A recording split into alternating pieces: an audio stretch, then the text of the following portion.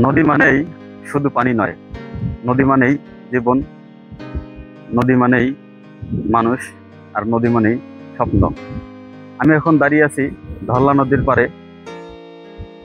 এখানে এই নদী বয়ে যায় আমাদের স্বপ্ন আর স্মৃতির মাঝে।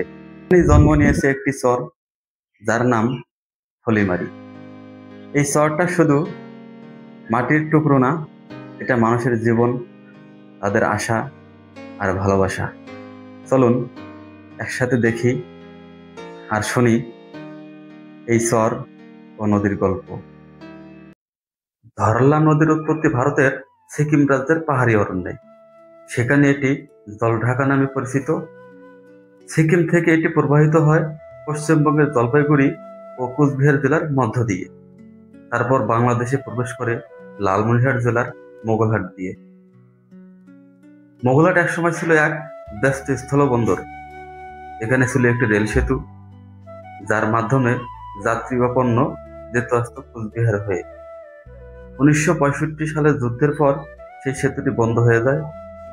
আজও তার ভগ্নাংশ দাঁড়িয়ে আছে এক নিঃশব্দ সাক্ষী হয়ে, ইতিহাসের এক প্রমাণ। আমি এখন যে জায়গাটিতে ঠিক দাঁড়িয়ে আছি, এটাই মূলত ফলিমারি চর। আমি আজকে আপনাদের এই ফলিমারি চর ঘুরে ঘুরে দেখাবো এখানকার জনজীবন কিরকম, এখানে কি কি উৎপাদিত হয়, মানুষ কি কি এখানে আবাদ করে, এগুলো আমরা দেখাবো। এখানে আসার পরে এক ভাইয়ের সাথে আমার পরিচয় হয়। মূলত তার সাথে আমরা এখন ঘুরতেছি। দেখুন এই যে ভাই। ভাই আসসালামু আলাইকুম। ওয়ালাইকুম আসসালাম ভাই। কেমন আছেন ভাই? আলহামদুলিল্লাহ ভাই, ভালো আছি ভাই। বাসা দেখে নেই? হ্যাঁ ভাই।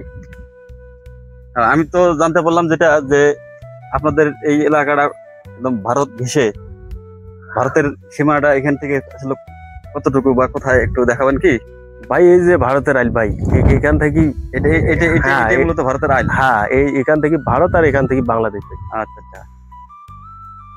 ওই যখন বিজিবি ক্যাম্প, দেখেন বাংলাদেশের ক্যাম্প দেখান ভাই, এটাই তো মূলত ভারতের ক্যাম্প, তাই না? হ্যাঁ হ্যাঁ। অসাধারণ। একটু জুম করে দেখানোর চেষ্টা করি। যেহেতু আমরা বাংলাদেশের অবস্থান করছি, যতই আমরা ভারতের কাছে থাকি না কেন, আমাদেরকে কোনোভাবেই ভারতের সীমানায় পা রাখা যাবে না। আমরা এখান থেকে যতটুকু দেখা যায় আমরা আপনাদেরকে একটু দেখানোর চেষ্টা করব। এটাই মূলত যে ভারতের অংশে অনেক। এখানে বাড়িঘর কিরকম আশেপাশে এই ভারতের এই অংশটাতে? এই অংশটাতে ভাই বাড়িঘর তো নাই, এই ক্যাম্পটার ওদিকে বাড়িঘর আছে, বহুত বাড়িঘর আছে ক্যাম্পের ওই পাশে। হ্যাঁ। আচ্ছা আচ্ছা। এদিকে কোনো বাড়িঘর নাই। এই যে আমরা একজন ভদ্র মহিলাকে দেখতে পাচ্ছি, সম্ভবত উনি ঘাস কাটছেন। এটাই তো ভারত নাকি? হ্যাঁ, ওইটাই ভারত। ইনি যে ঘাস কাটছেন, ইনি তো মনে হয় ইনি কি বাংলাদেশের না ভারতের? বাংলাদেশের ভাই।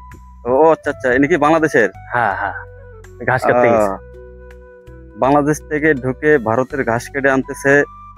বন্ধুরা দেখেন, লালমনিরহাট উপজেলা ধরলা নদী ঘেঁষে গড়ে উঠেছে এই ফলিমারির চর। ধরলার ফলিমাটি দিয়ে জন্ম এই চরটির। বর্ষায় নদী যখন ফুলে ওঠে তখন এটি দ্বীপের মতো হয়ে পড়ে, আর শুষ্ক মৌসুমে এখানে জন্ম নেয় ফসল, ধান, গম, ভুট্টা, সরিষা। সৌর মাটির পথ, খড়ের ঘর, গবাদি পশু আর হাসি মুখের মানুষ, সব মিলিয়ে চরটি হয়ে ওঠে এক জীবন্ত গ্রামীণ পৃথিবী।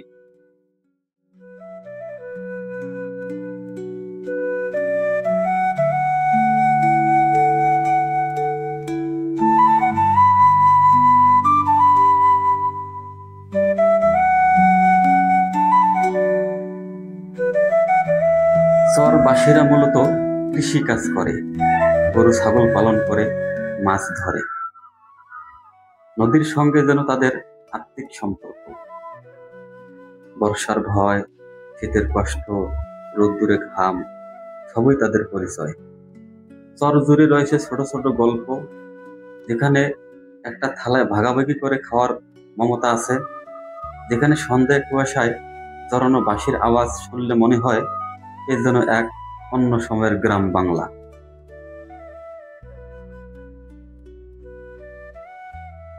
আজ হয়তো আমরা অনেকেই জানি না এই চরের নাম ফলিমারি কেন।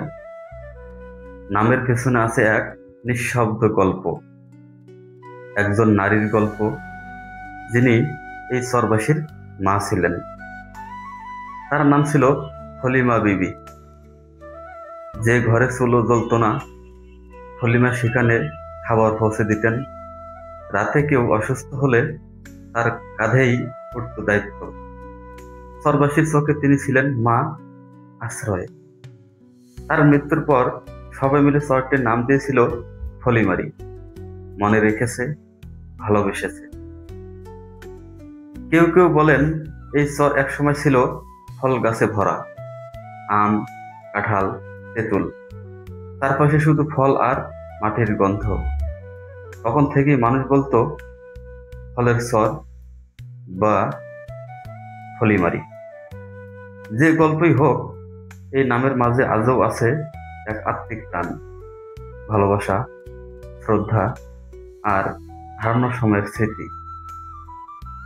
বন্ধুরা, আমি সারাদিন আজকে এই ফলিমারি চর ঘুরে ঘুরে আপনাদের দেখানোর চেষ্টা করলাম। এখন আসরের আজান পড়তেছে, আমরা এখন বাসায় ফিরবো। আমরা যে নৌকাতে এসেছিলাম ওই নৌকার অপেক্ষায় আমরা এখন ঘাটে অবস্থান করছি। মজার বিষয় হচ্ছে, এখানে আসার পরে আমরা কিছু ফেরিওয়ালার দেখা পাই, এটা এখন করব। আসসালামু আলাইকুম চাচা, কেমন আছেন? ভালো। বাসা কই? বাসা হলো আজমেরি থানা, লালমনিরহাট জেলা। লালমনিরহাট জেলা, আজমারি থানা। কোথায় গেছিলেন? এখানে এখানে ব্যবসাতে ছিলাম। এই ফলিমারি চরে আপনি এগুলো বিক্রি করতে আসছিলেন? হ্যাঁ। আচ্ছা, কত টাকা বিক্রি করলেন আজকে? মনে করো 1035 টাকা হয়েছে।